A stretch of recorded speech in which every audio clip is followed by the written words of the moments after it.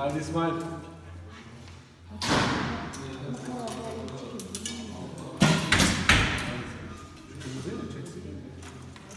Bırakmasın ama bırakmasın. Öyle.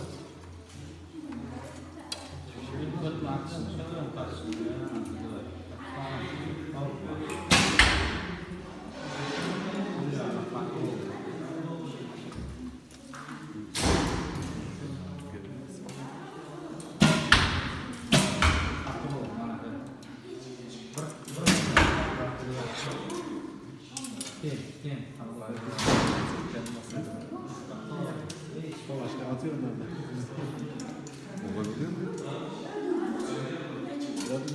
Yarın takım yapmamı başlayalım.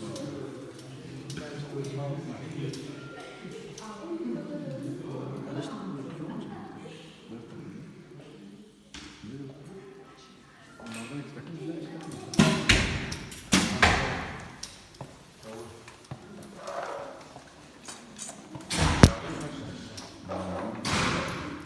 Şöyle mi yapsak? Birinciyle Tamam.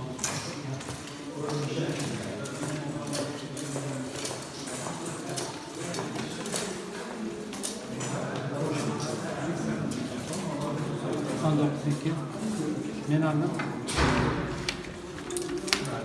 Senem toplam